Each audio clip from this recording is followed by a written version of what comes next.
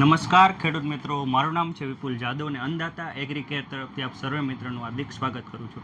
તો આપણે મેઇન આજ વાત કરશી કે દાડમ અને શાકભાજીના ઘણા ખેડૂત મિત્રો વાવેતર કરતા હોય છે કે જેમાં અતિશય રાસાયણિક ખાતરો છે, રાસાયણિક દવાઓ છે અને અન્ય ખાતરોનો ઉપયોગ કરતા હોય છે, જેના લીધે જમીન એકદમ કઠણ થઈ જતી હોય છે અને ઘણો એવો ખાર ઉભરાતો હોય છે. પાણી પણ ઘણીવાર ખારું હોય છે, એના લીધે જમીન બગડતી હોય છે.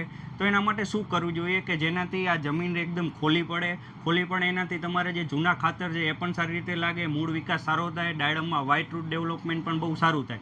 તો આજે એના માટે જ વાત કરશી કે એના માટે આપણે તમારી સામે ડેમોન્સ્ટ્રેશન લઈને આવેલા છીએ કે આપણી જોડે એક છે જે ઓર્ગેનિક એસિડ કરીને આવે છે, 78% હોય છે, જે આપણે 3 થી 4 ml લીધું છે અને એકમાં ખાલી પાણી છે.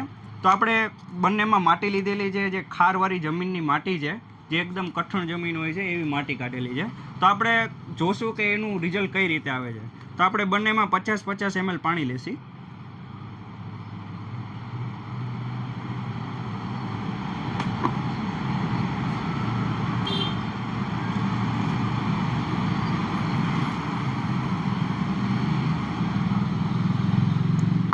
બંનેમાં આપણે પાણી નાખ્યું છે. એકમાં ઓર્ગેનિક એસિડ જે 78% પ્રમાણમાં આવે છે એનો ઉપયોગ કરેલો છે અને એકમાં ખાલી પાણી છે. તો બંને માટી છે, તો આપણે પહેલાં પાણી નાખશી.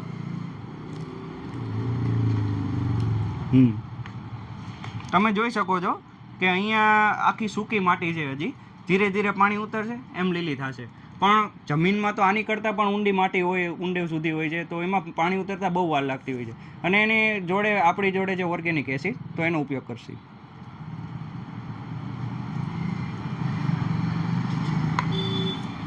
આ તમે બંને જોઈ શકો છો, બંનેમાં સરખું જ પાણી લીધેલું છે. આમાં 4 ml દવા નાખેલી છે, આમાં નથી નાખેલી.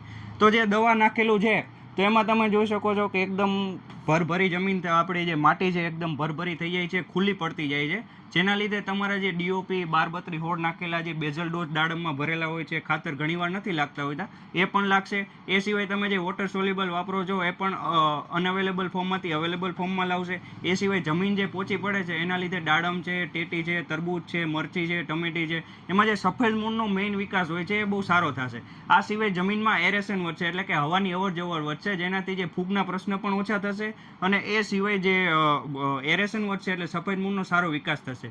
તો તમે જોઈ શકો છો, એક બાજુ આપણે ફક્ત અને ફક્ત પાણી નાખેલું છે, તો બીજી બાજુ ઓર્ગેનિક એસિડ નાખેલું છે, જેમાં કહેવા જઈએ તો થોડુંક એમાં જ રહી ગયું છે, તો થોડોક ઓછા પ્રમાણમાં ગયું છે. આ રીતે આખી જમીન જે તમારી સુધરે છે. ખારાશ જે ખાર રહેતો હોય છે એ ફાડી નાખે છે અને જેને સારી એવી ઓર્ગેનિક મેટરમાં ફેરવી નાખશે.